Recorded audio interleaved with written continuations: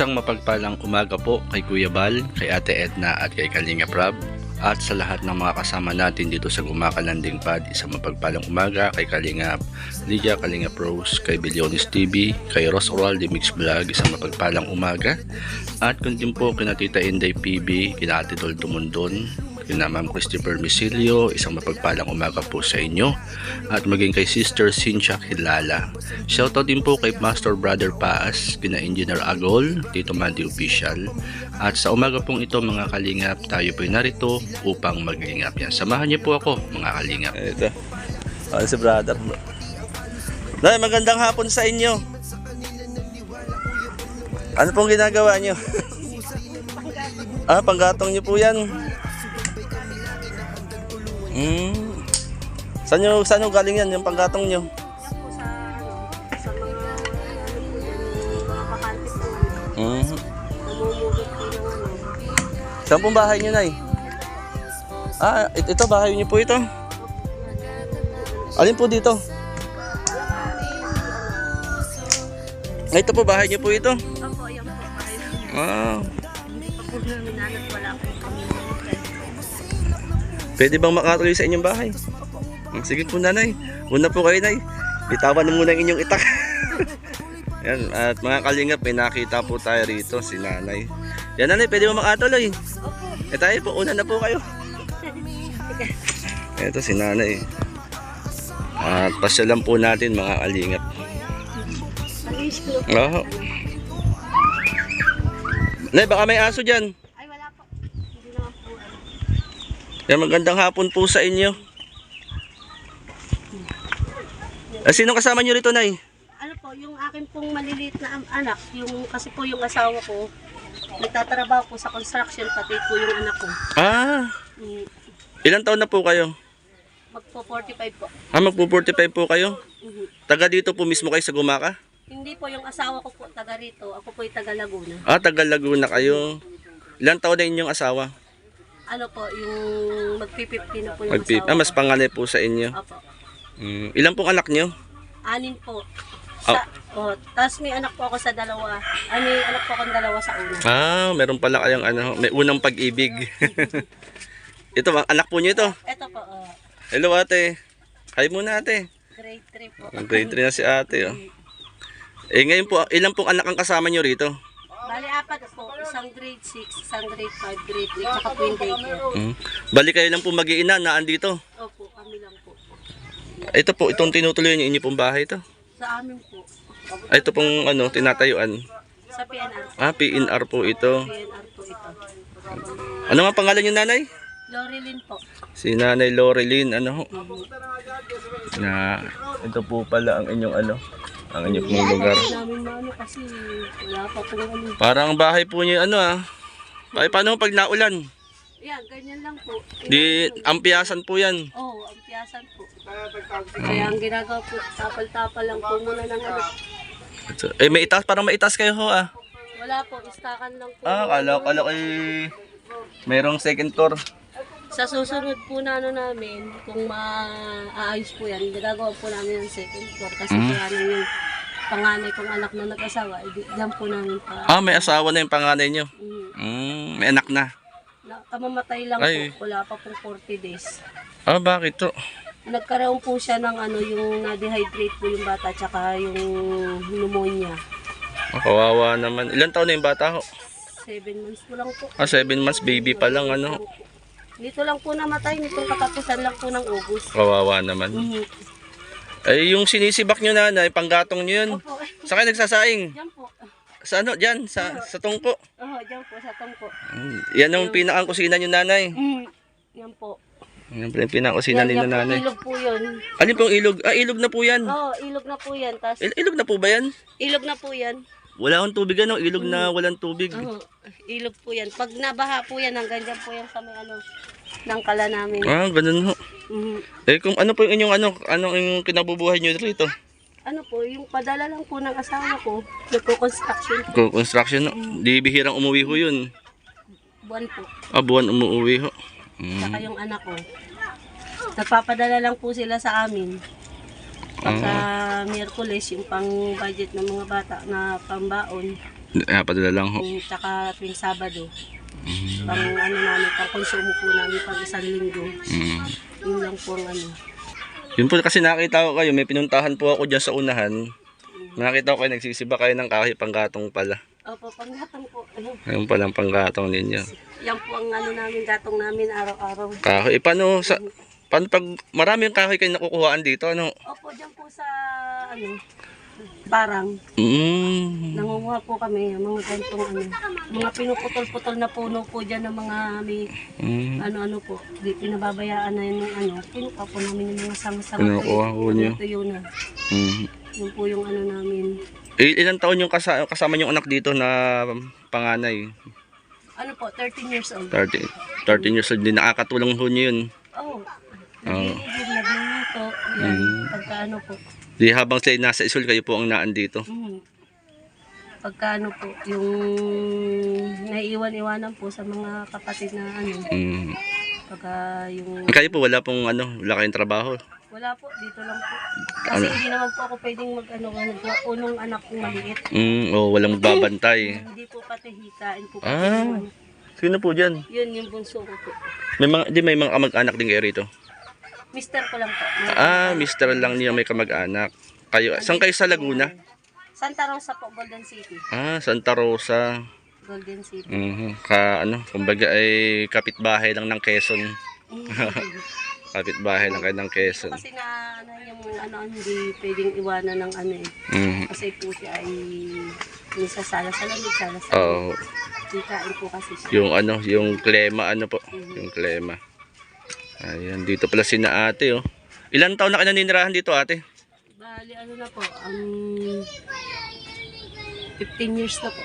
15 years na kayo dito naninirahan. 2008 po kami lumipat dito ay. Pero dati saan kayo Sa naninirahan? Laguna po. Doon kayo mag-anak naninirahan ho dati. Dati po kasi ay doon kami sa ano, sa Southville, sa Kabuyaw. Naupaw, sariling lugar ho?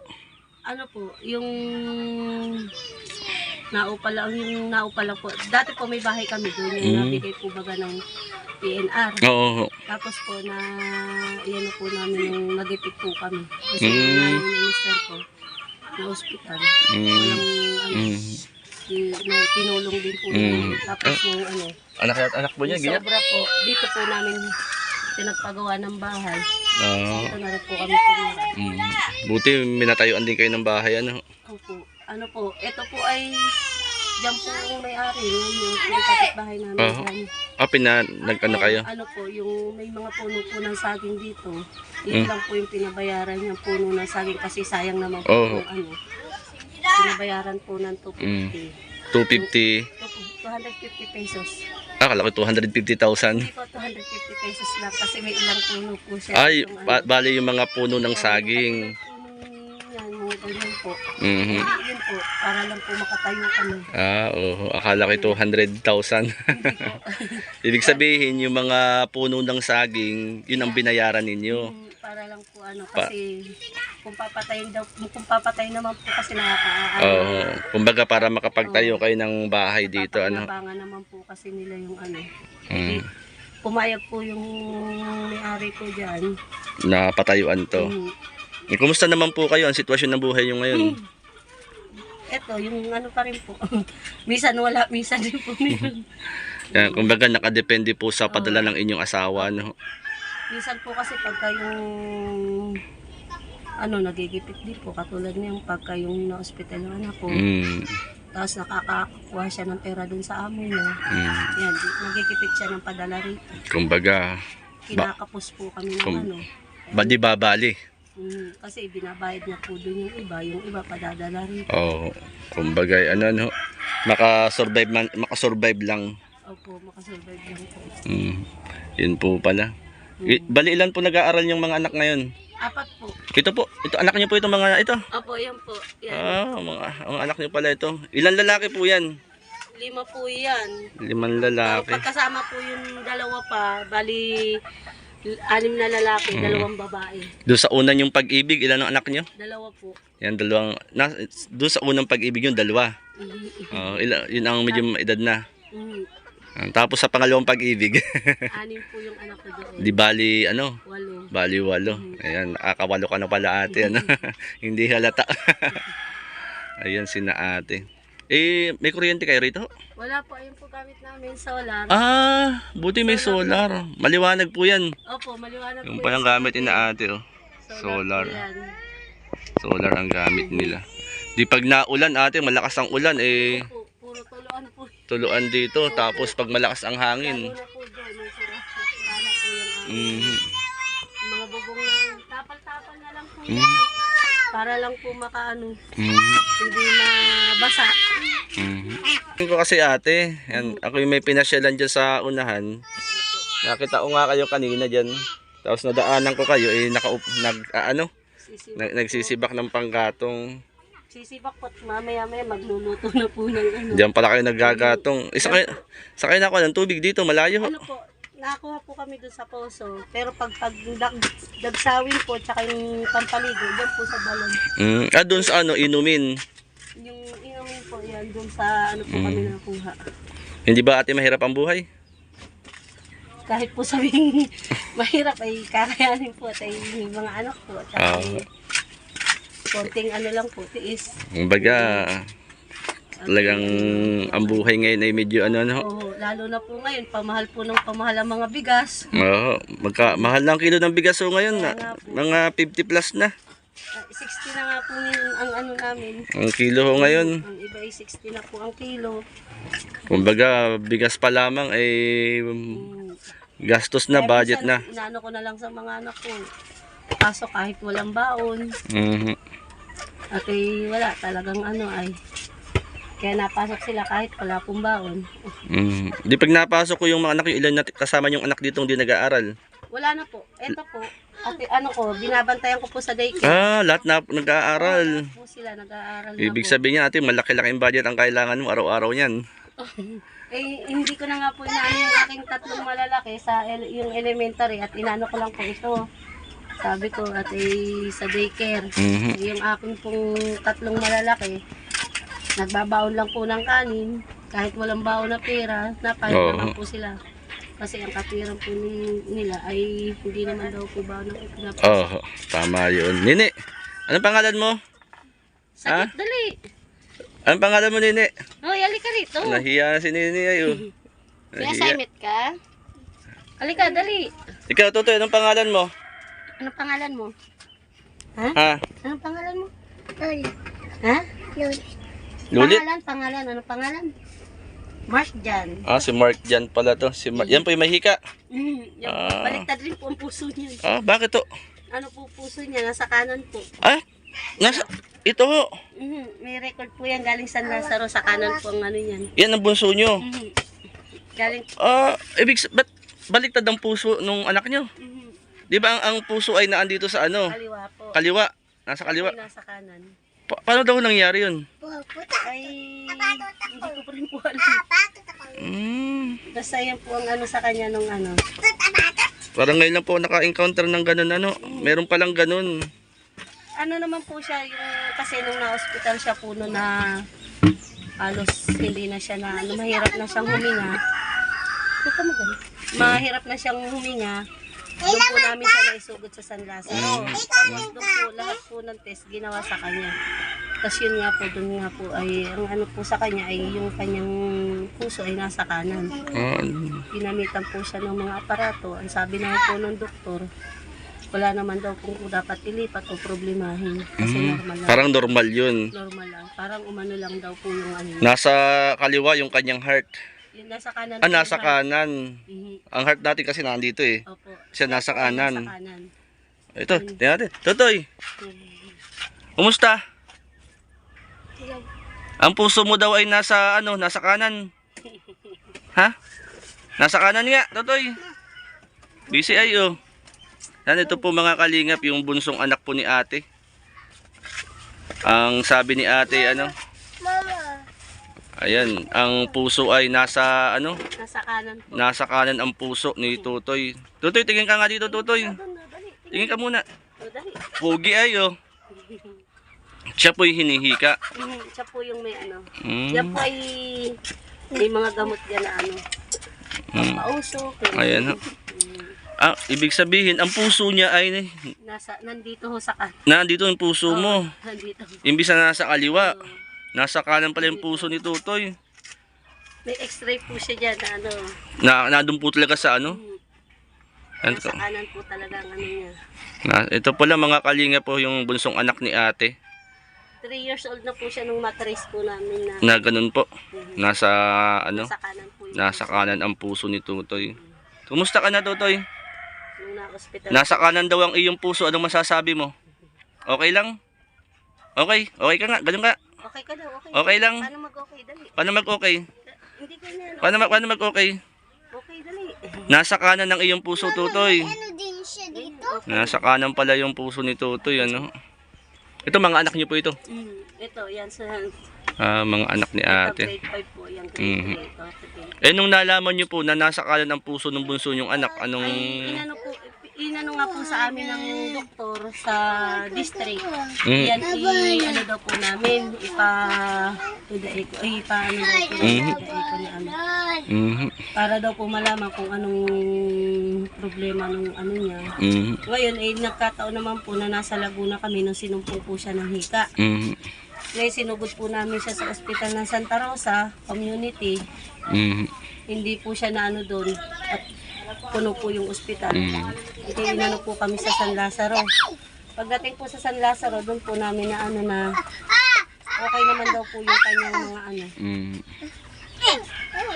Si Tutoy. Ano nga po siya noon ay nung dinala doon, talagang hapo-hapo siya, halos hindi makahinga. Hirap talaga siyang ano.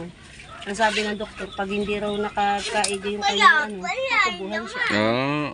Eh nagkaigi naman po nung yung kanyang hininga, nagbago po yung hininga niya, kaya hindi siya natubuhan. Tapos yun nga po, in-extray po ulit siya doon at ginamitan po ng ano, nasa kanan po talaga. Nasa kanan yung kanyang puso.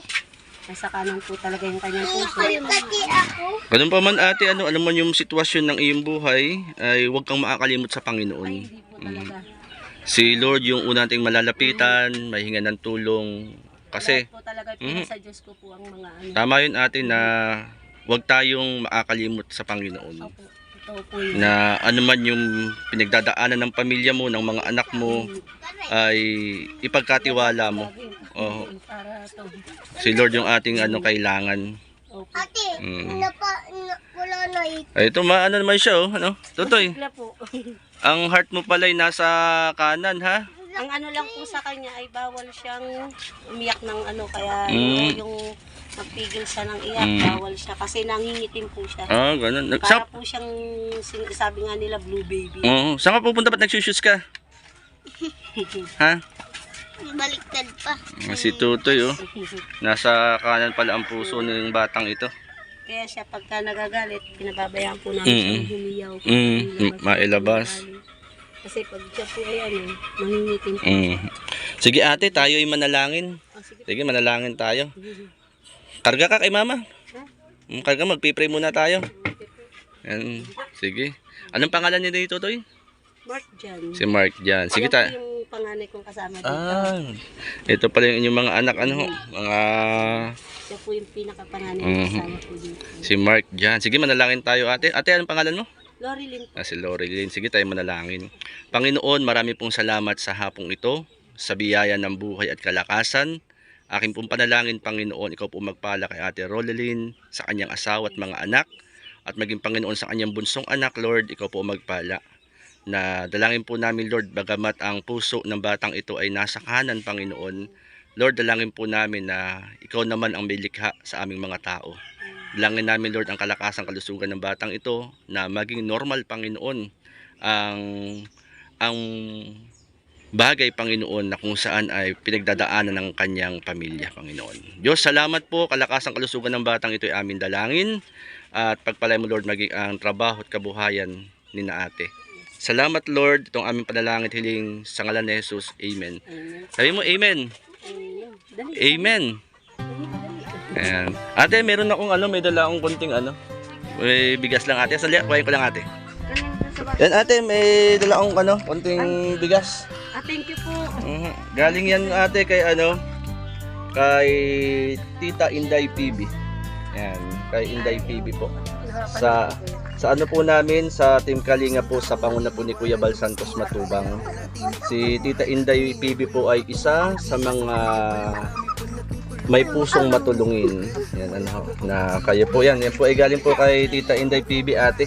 At pinapaabot po sa inyo. Maraming salamat po sa biyayang bigay po sa tulong po ni Lord. Yan. Salamat ate ha. Salamat din kay Kuya Bal, Ate Edna at Kalinga Prab. Maraming salamat. Ay, kain. At sa mga nagiging daluyan ng mga pagpapala. Tuloy lang ate ha, sa hamon ng buhay ha. Opo, salamat. Bagamat salamat ate. At loobin ni Lord, mga minsan mapasyal ulit kita ate rito ha. Yan, salamat at God bless po sa inyo. Yan si Tutoy. Tutoy, God bless. Bye bye. Salamat. Salamat ha. Yan si Tutoy. Ano sasabihin mo? Thank you. Oh, thank you. Thank you very much din. Yan, salamat ate. God bless ate. Salamat po. At ako'y napaunlakan ninyo. Salamat po.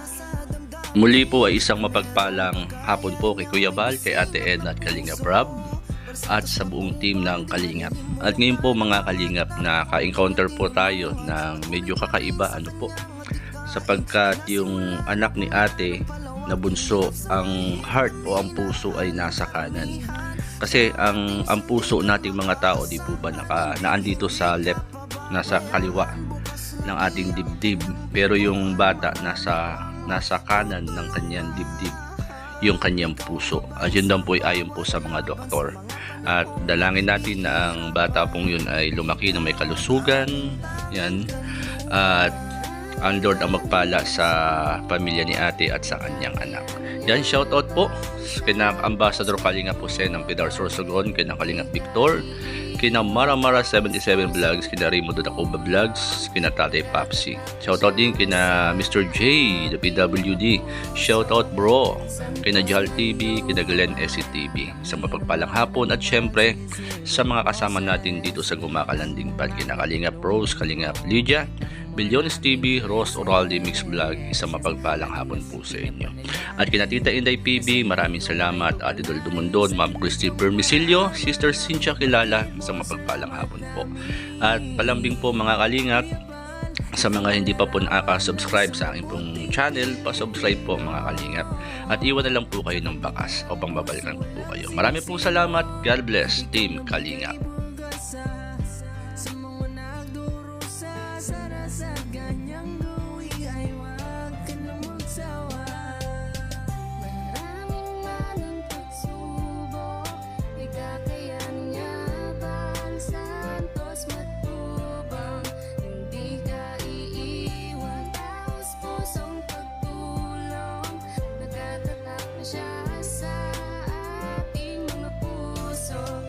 Santos Matubang.